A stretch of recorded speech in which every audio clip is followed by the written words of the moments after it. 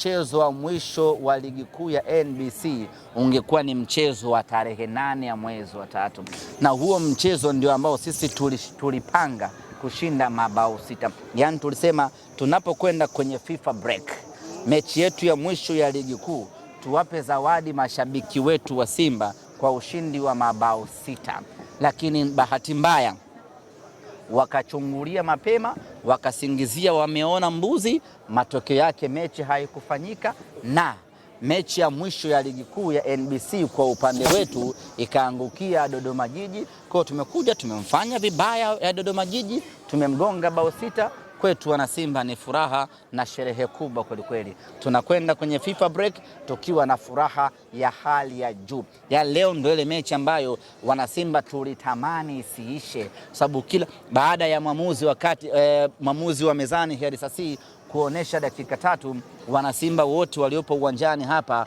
wakaumia. Walitamani mechi iendelee kuchezwa kwa sababu kila dakika zilivyokuwa zinakwenda wachezaji wa Simba walikuwa wanaonesha ubora wa hali ya juu. Kusema kweli leo tumeenjoy pakubwa sana na tumewakomesha. Panga sisi mechi yetu ya mwisho ya ligi kuu ya NBC ndio tushinde mabao 6. Hasa kwa mujibu wa ratiba ya awali kabla ya kiporo hiki hakijawepo, sababu hii ni mechi ya kiporo.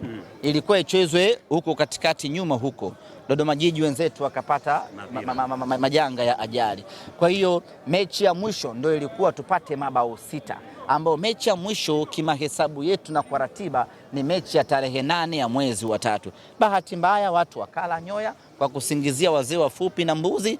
Sasa kipigo kimekuja kumwangikia Dodoma Jiji, tumemfanya vibaya. We are very happy.